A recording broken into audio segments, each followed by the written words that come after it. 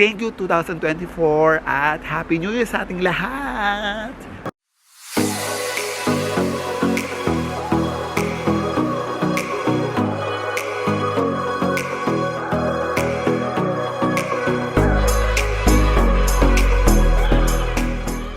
Hello mga besh! Welcome back to my YouTube channel! For today's vlog mga besh ay ito ang huling vlog ko for 2024 at ilang araw na lang matatapos na ang 2024 and thank you so much kasi hindi na ako ganun kalungkot kumpara nung 2023. Almost 1 year na tayo dito sa Nova Scotia, Canada at nakasurvive tayo. Every year naman kasi ginagawa ko talaga tong vlog na to para, alam mo yun, memories lang at syempre para mag-thank you din nga sa inyo, syempre sa laging sumusuporta sa. Kung napanood nyo yung last year na vlog ko, actually napanood ko siya mga best. Ayun, ang laki ng difference kumpara ngayon na, alam mo yun, last year sobrang lungkot ko, as in sobrang lungkot ko talaga noon at medyo cry pa ako noon. Pero ngayon, okay na ako kasi kahit na ganito na yung panahon, kahit sobrang lamig, pag-adjust na ako kahit papano. Yun lang talaga. So, sobrang hirap lang talaga before. Siguro totoo naman talaga yun sa isang lugar kapag pumunta ka at wala ka talagang kakilala or hindi mo pa alam yung mga bagay-bagay. Medyo mahirapan ka at mag-a-adjust ka. And sooner or later, magiging okay ka din naman. Like ako na ngayon, okay na ako. Kaya pag tinatanong din ako ng mga kaibigan ko kung kamusta na nga daw ako dito, masabi kong okay ako. Ngayon kasi malapit na ma-expire yung work permit ko. So hindi ko alam kung anong mangyayari talaga. Pero hoping pa rin ako na makapag-stay talaga dito kasi mga best 6 months na lang ay ma-expire na yung work permit ko. At hindi ko alam kung i-renew ko. Pero sabi ko nga sa inyo, kung ano yung maging kapalaran ko, either magstay or bumalik ng Dubai or umuwi ng Pilipinas, okay lang sa akin. Ang mahalaga na experience ko, yung buhay dito sa Canada. At magiging memories din yun. And ma-share ko din sa mga taong makikilala ko. And then sa mga taong babalikan ko kung ano ba talaga yung buhay na meron dito sa Canada na akala natin na nasa ibang bansa or nasa Pilipinas, tulad nasa Pilipinas, nasa Dubai or nasan man na akala natin na sobrang ganda dito. Pero oo, maganda nga. Lagi ko din sinasabi sa inyo yun sa vlog ko na maganda ang Canada. Pero mahirap din siya kasi syempre puro trabaho, pero for sure lahat naman talaga sa ibang bansa, di ba, kailangan magtrabaho. Pero ewan ko, iba yung vibes dito talaga sa Canada. Kailangan mong magpursige magtrabaho, kailangan mong kumayad kasi nga lahat dito binabayaran talaga.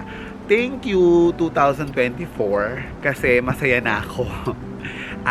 Thank you kung mabibigyan naman ako ng chance na makapag-stay dito sa Canada, ay magiging grateful ako. Sabi ko nga, dito sa Canada din, kung marunong ka sa pera, makakaipon ka.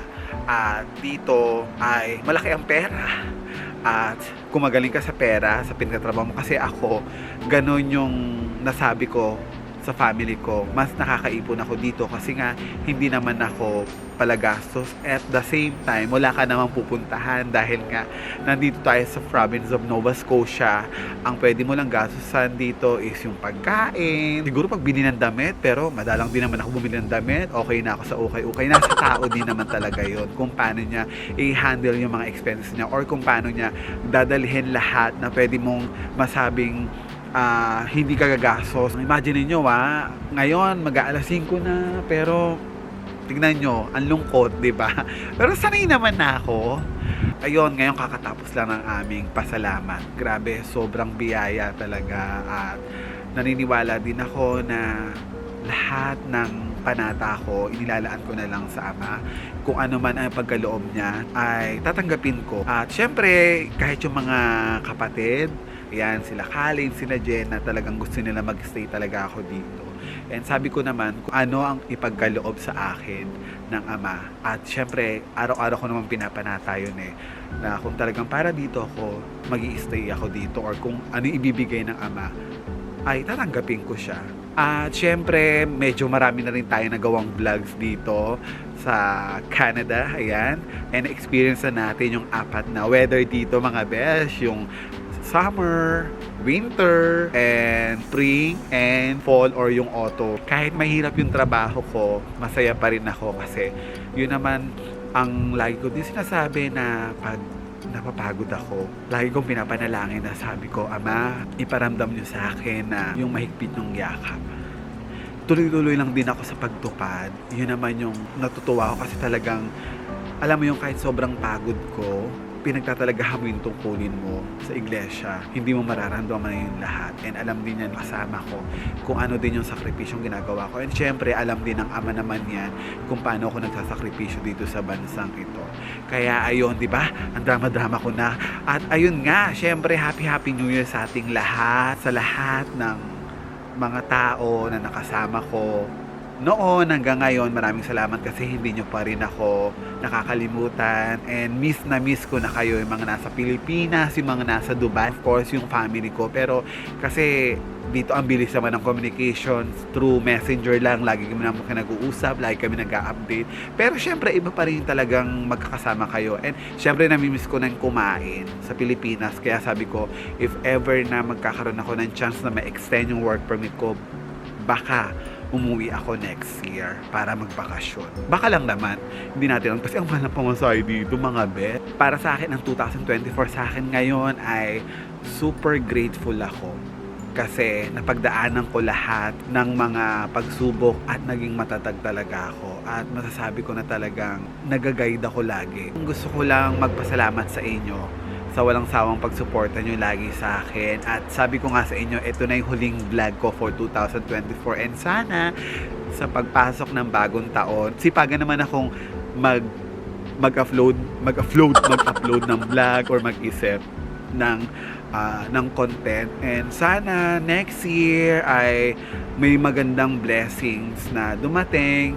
At lagi ko din sinasabi sa panata ko na kung ano man yung pagsubok na dumating sa buhay ko, sana po patatagin niyo po lagi ako. Yun naman yung lagi na pinapanalangin ko at pinagpapanata ako sa Ama. Siyempre, bigyan pa ng mahabang buhay, malusog na pangangatawan. Siyempre, para sa lahat din naman din yun, para sa pamilya ko, mga kaibigan ko, at sa mga taong lagi nagmamahal sa akin. So, ayun lang, maraming salamat sa inyo. And so, happy New Year ulit sa ating lahat, and sana salubungin natin ng masagana at bonggang bagong taon. Sana lahat tayo maging successful sa pagpasok ng bagong taon. At syempre, huwag tayong makakalimot na humingi lagi ng tulong at awa sa Panginoon Diyos para mas lalo tayong gabayan sa lahat ng mga ginagawa natin. So, ayun lang, maraming salamat, at magkita-kita tayo ulit sa aking vlog for 2025. And maraming salamat sa inyo. Magpapaalam na ako. Thank you 2024 at Happy New Year sa ating lahat. Bye!